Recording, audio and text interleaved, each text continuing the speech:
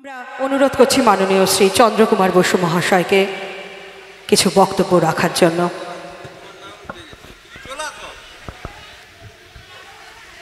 জয় হিন্দ।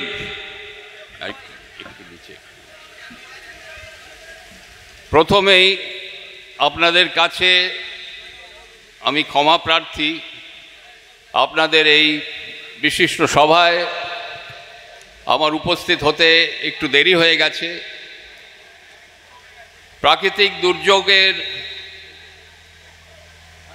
সত্ত্বেও আপনারা এখানে দীর্ঘ সময় অপেক্ষা করে আছেন।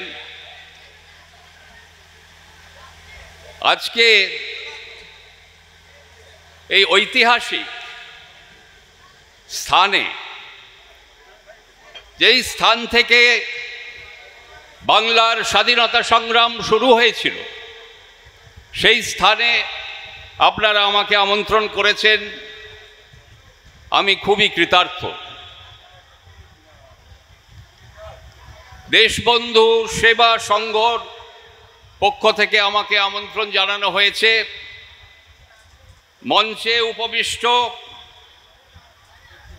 দেশবন্ধু সেবা সংঘের সভাপতি মধুসূদন মাঝি মহাশয়, সম্পাদক সৌমিত্র মুখার্জি মহাশয় এবং উপস্থিত বিশিষ্ট অতিথিবৃন্দ, আমার গুরুজন, ভাই আর বোনেরা, আজকে আমরা এখানে সমবেত হয়েছি ভারতবর্ষের ৭৮তম স্বাধীনতা দিবস পালন করতে। এই স্বাধীনতা আমরা অর্জন করেছিলাম, বহু মানুষ প্রাণ বিসর্জন দিয়েছিল। আপনারা যারা ইতিহাস নিয়ে পড়েছেন, আপনারা জানেন 1857 সালে যে সিপাহী বিদ্রোহ হয়েছিল মঙ্গল পাণ্ডের, সেই ছিল স্বাধীনতা সংগ্রামের শুরু। তারপর বহু স্বাধীনতা সংগ্রামী, শহীদ ভগৎ সিং, ক্ষুদিরাম বোস, বিনয় বাদল দীনেশ, মাস্টারদা, সূর্য সেন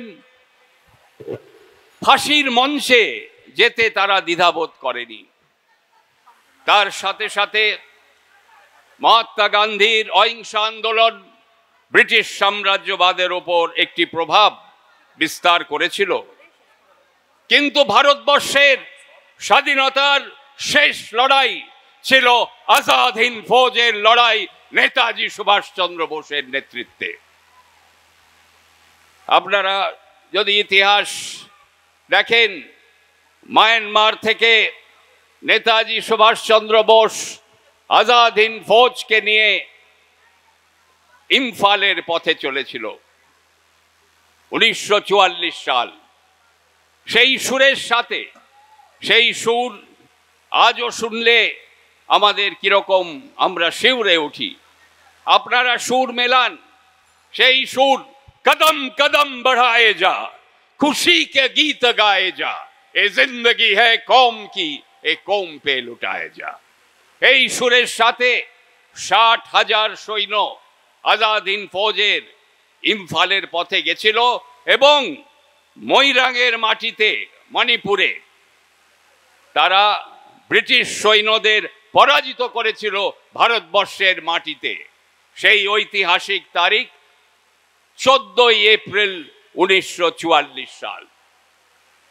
আজাদ হিন্দ ফৌজের কর্নেল শওকত আলী মালিক ভারতবর্ষের পতাকা উত্তোলন করেছিল ভারতবর্ষের মাটিতে 14 এপ্রিল 1944 সাল। এই ইতিহাস এখনো প্রকাশিত হয়নি। আমি অনুরোধ করেছিলাম ভারত সরকারকে যে স্বাধীনতা সংগ্রামের সঠিক ইতিহাস লিখিতভাবে প্রকাশিত করা উচিত এবং স্কুল কলেজের পাঠ্যপুস্তকে দেয়া উচিত। আজাদ হিন্দ ফৌজে যে 60,000 সৈন্য ছিল, তার মধ্যে একটিও হিন্দু ছিল না, একটিও মুসলমান ছিল না, একটিও ঈসাই, শিখ, যৌন বৌদ্ধ ছিল না। তাহলে 60,000 সৈন্য কারা ছিল? 60,000 সৈন্য ভারতীয় ছিল।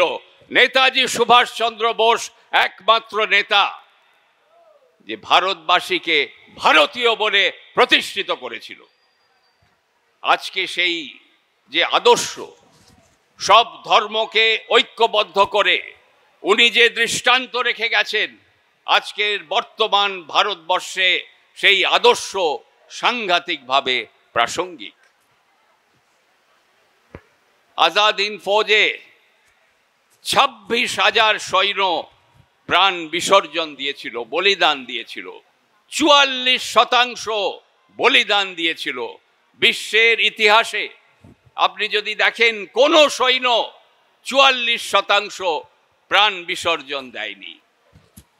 নেতাজি সুভাষচন্দ্র বোস আরেকটি কাজ করেছিলেন, তিনি মহিলাদের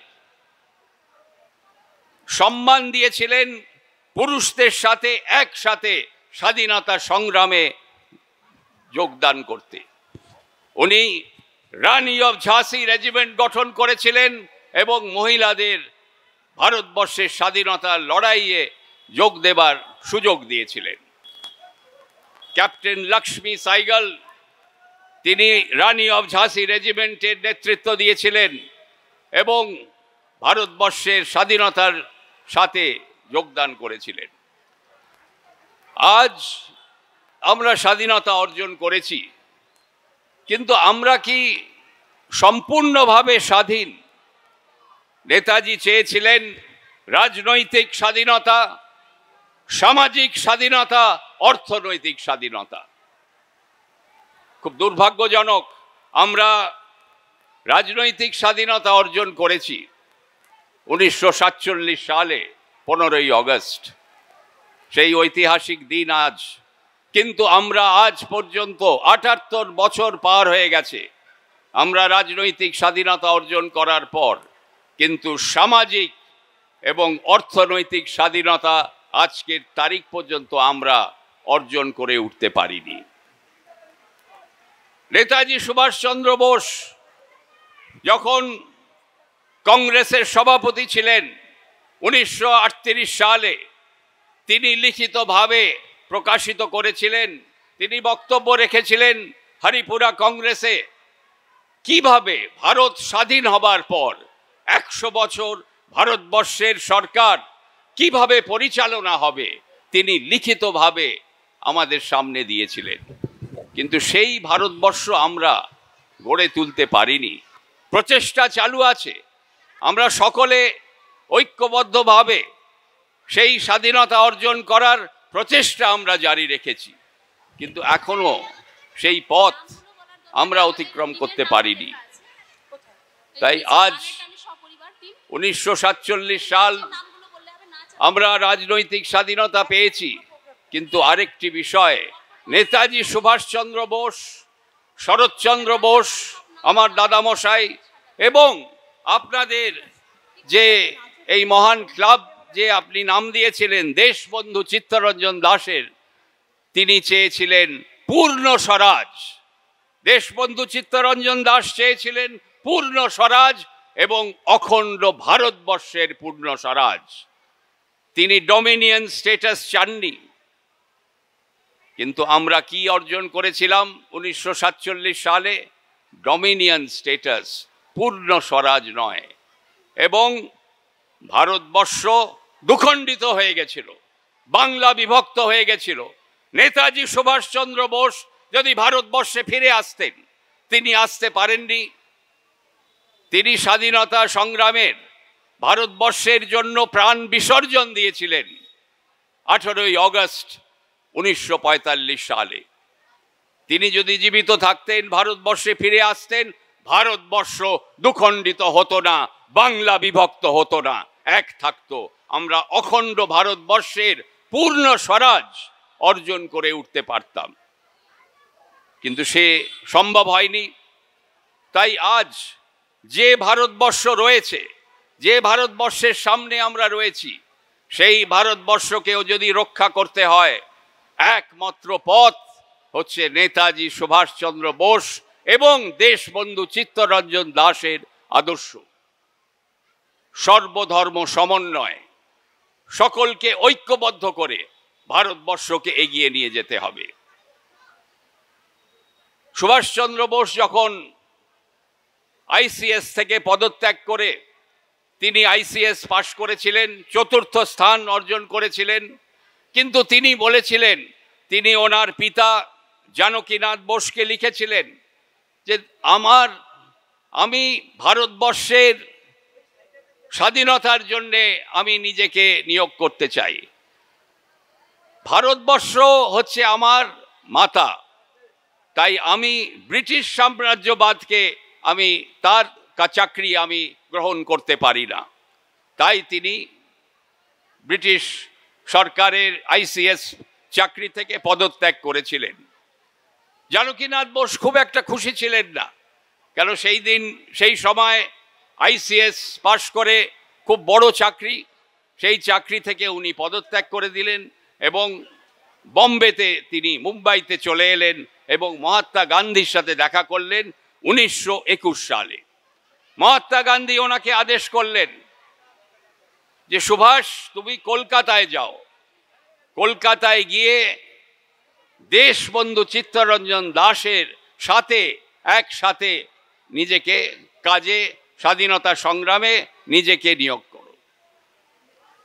তাই বলা যেতে পারে দেশবন্ধু চিত্তরঞ্জন দাস সুভাষচন্দ্র বোসের রাজনৈতিক গুরু ছিলেন। রাজনীতিতে হাতে করি ওনার সাথেই কাজ করে উনি অর্জন করেছিলেন। এবং আরেকটি মহাপুরুষ স্বামী বিবেকানন্দ। স্বামী বিবেকানন্দ ছিল সুভাষচন্দ্র বোসের আধ্যাত্মিক গুরু, স্পিরিচুয়াল গুরু। আমি আমার পিতা অমিয়নাথ বসুর কাছে শুনেছি, খুব কাছের মানুষ ছিলেন ওনার কাকার। আমাদের কলকাতায় উডবার্ন পার্কের বাড়িতে একই ঘরে 6 বছর ধরে বাস করতেন। সুভাষচন্দ্র বোস 12:30-1টার সময় বাড়ি ফিরতেন। সেই সময় কংগ্রেসের মিটিং চলতো, স্বাধীনতা সংগ্রামের কি পদ্ধতি হওয়া উচিত, কিভাবে আমরা এগোবো, সেই সব আলোচনা করে উনি বাড়ি ফিরতেন। স্নান করতেন প্রায় 1টা নাগাদ এবং খাবার টেবিলে ওনার খাবার ঢাকা থাকতো, সেই খাবার উনি খেতেন। সেই সময় তো মাইক্রোওয়েভ ছিল না, ওই ঠান্ডা খাবারই উনি খেতেন। তারপর আমার পিতাকে জাগিয়ে তুলতেন। নেতাজির একটু শোবার অসুবিধে হতো, ইনসমনিয়াতে উনি ভুগতেন, তাই সারা রাত ধরে দীর্ঘ আলোচনা উনি করতেন আমার পিতা অমিয়নাথ বসুর সাথে। মহাত্মা গান্ধী, সর্দার প্যাটেল, পণ্ডিত নেহেরু, সরোজিনী নাইডু, বিশ্বের যেসব যুদ্ধ হয়েছে সেই সব বিষয় দীর্ঘ আলোচনা হতো। তাই আমার পিতা অমিয়নাথ বসুর রাজনৈতিক চিন্তাধারা ছিল নেতাজি সুভাষচন্দ্র বোসের আদর্শের উপর ভিত্তি করে। তিনি মাঝে মাঝে দক্ষিণেশ্বর মন্দিরে যেতেন। তিনি কালী ভক্ত ছিলেন। তিনি দক্ষিণেশ্বর মন্দিরে দীর্ঘ সময় বসে ধ্যান করতেন। একটি সাংঘাতিক শক্তি উনি অর্জন করতেন। কিন্তু নেতাজি আধ্যাত্মিক ছিলেন, তিনি হিন্দু ধর্মে বিশ্বাসী ছিলেন, স্বামীজির শিষ্য ছিলেন বলা যায়। কিন্তু যখন রাজনৈতিক ক্ষেত্রে বা স্বাধীনতা সংগ্রামের ক্ষেত্রে উনি ধর্মকে কখনো মেশায়নি, সর্বধর্ম সমন্বয়ে উনি বিশ্বাস করেছিলেন।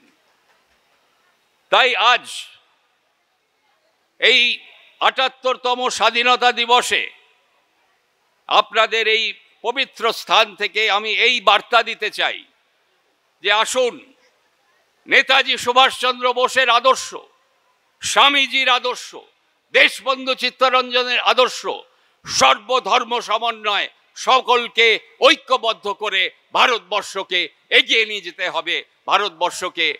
ভারত বিশ্বে প্রথম স্থান আমাদের অর্জন করতে হবে। এই কথা বলে আপনাদের সকলকে আমার আন্তরিক শুভেচ্ছা জানিয়ে আমার বক্তব্য শেষ করছি। বলুন জয় হিন্দ, জয় হিন্দ, জয় হিন্দ। নমস্কার, ভালো থাকবেন। অনেক অনেক অনেক ধন্যবাদ।